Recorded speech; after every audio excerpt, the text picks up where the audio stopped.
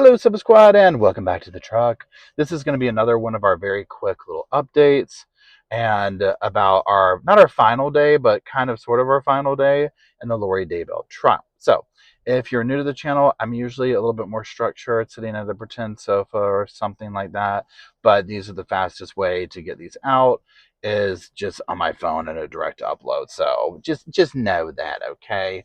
I apologize for not being fancy. Now, what I do is I have my laptop sitting right here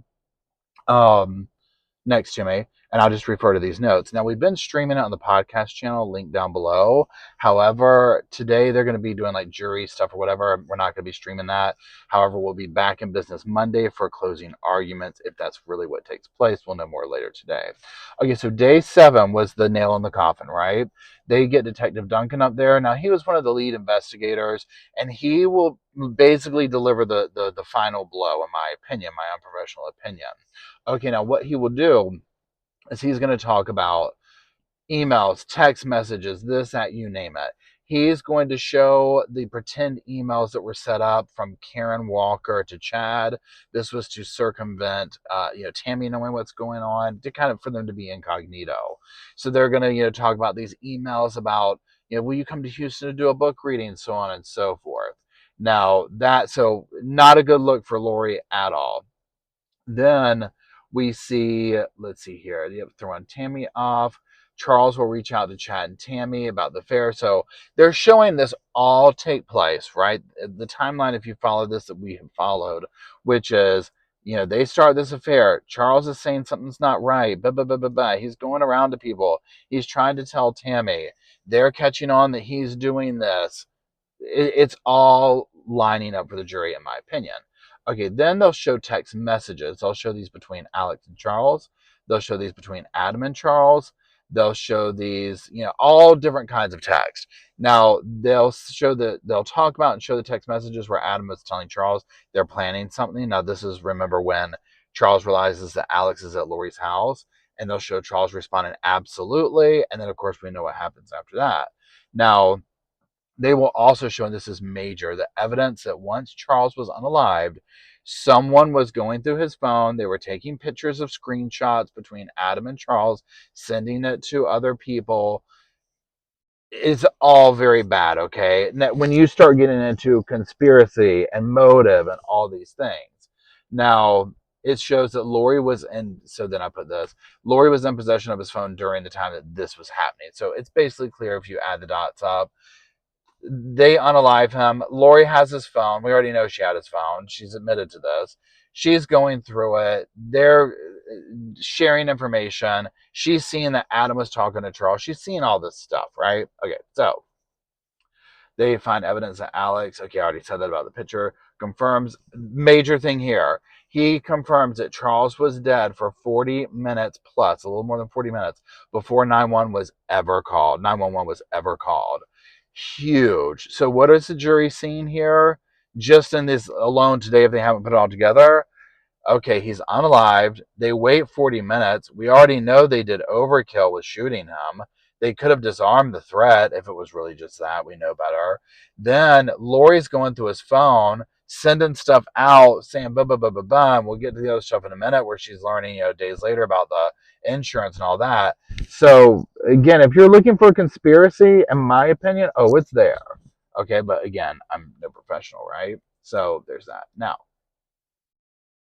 then we see photos of insurance policy on Charles, photos of a computer screen showing designation form that was changed by Charles. Lori is sending those to someone named Bubby. Bubby! Bubby! You can already imagine who Bubby is. And Bubby is Chad. Okay, so again, motive, money, it's all laid out for the jury. Text messages are shown of Lori talking about things coming to a head and her being like Nephi. I always say it wrong, even though I've said it a million times. Lori tells Alex to stay close. So this is those text messages where they're getting into the zombie talk. They're getting into the Ned talk. And Lori's like, look, things are coming to a head. I'm the queen of the 144. And they're trying to take me out. We're going to have to do something about this. And Alex is over there lapping it up like a dog at the water dish in summer. Okay, I'm talking about just can't get enough of it. Okay, whatever you want, Lori. Yes. Then we see a text message about Social Security, so the Social Security visit by Lori. We see text messages between Alex and Lori about the zombie talk. We see lots of text messages about Chad and Lori leading up to the unaliving and after the unaliving. And then they get to Loinfire. My God, y'all, the crowd went wild over this. We were like, oh my God, they're going to read Loinfire to finish this off. Are you kidding? We're here for this. Give me my popcorn, right? If you don't know what Loinfire is like a pretend book. Athena and James, I believe, are the names that Chad made up for him and Lori. That he like texted her, and it was like a story about them. And it's completely, y'all, it's like they had their cheeks to cheeks, their loins to loins. I mean, it's so creepy and cringy, y'all. And so while the state didn't read this part verbatim, she left the things on the screen. You know what I'm saying? So and she did say the words cheek to cheek, loin to loin. And I think that's honestly enough for the jury to number one gag. I'm surprised we didn't hear in the background. You know what I'm saying? So yeah. But she left it up there. So they were looking at it. And and I think Lauren from Hidden True Crime was like tweeting out or talking about like at this part, like the jury was invested, y'all. How could you not be? This is like the kind of smut that we're here for. Like this is the kind of petty stuff that's like we're here for this, right? I mean, it's just so crass and cringy, and it wakes your senses up because parts of today, or I'm sorry, yesterday. I'm recording this the next day. It was like I was clocking out because some of it was like this, y'all.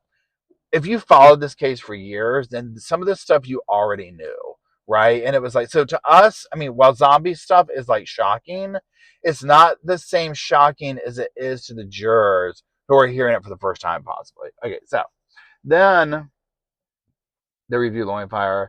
Then we see the text about not getting life insurance, but you're still going to get the $4,000 Social Security. That's bad enough as it is.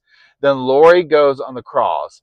Now, Lori will go very big on DNA. She'll go like a completely different route, right? She will completely ignore all the text message stuff, right? I mean, you can't say anything about that. That is the hands down seal of the deal. She will ignore that and go into blood being on the bat, DNA, doing this, doing that. She goes on about how he researched Nephi, or whatever you call him. She was so excited. She was like, "Are you LDS? Oh, you're not? Well, then did you know this?"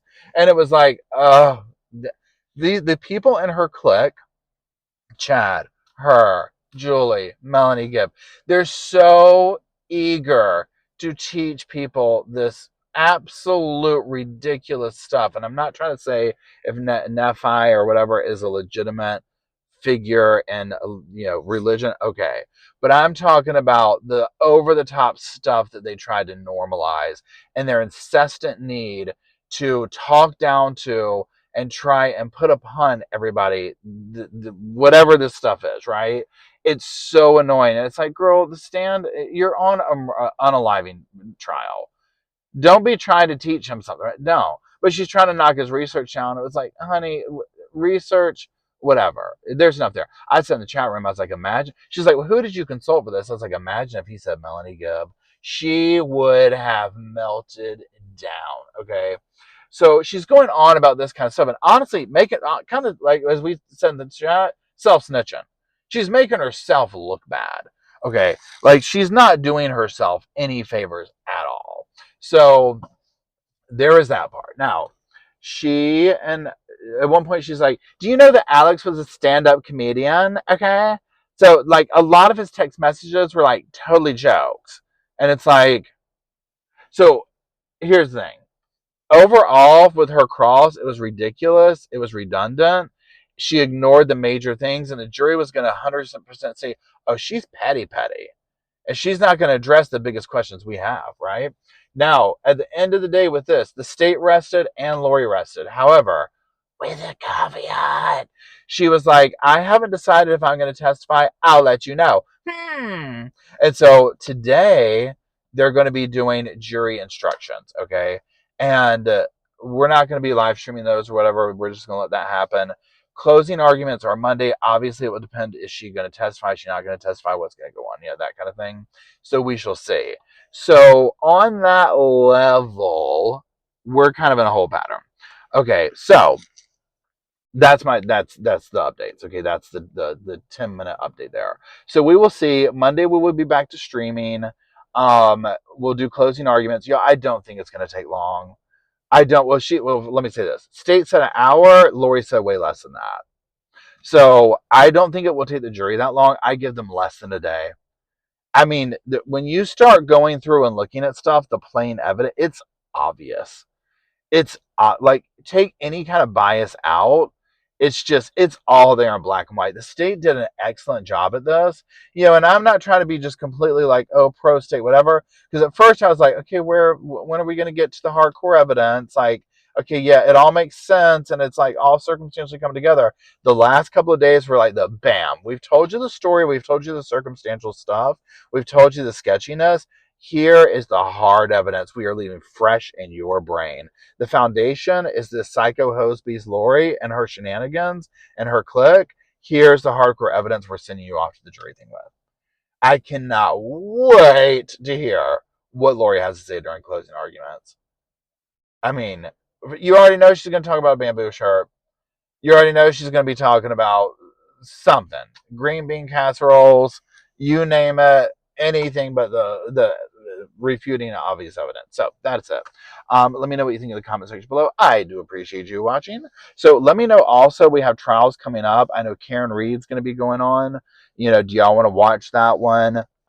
Stephen Stearns and the next Lori Daybell trial, Donald Adelson, and Brian Koberger. These are major trials I want to follow and stream and watch. So let me know in the comment section. I love you, Sofa Squad. I will see you soon.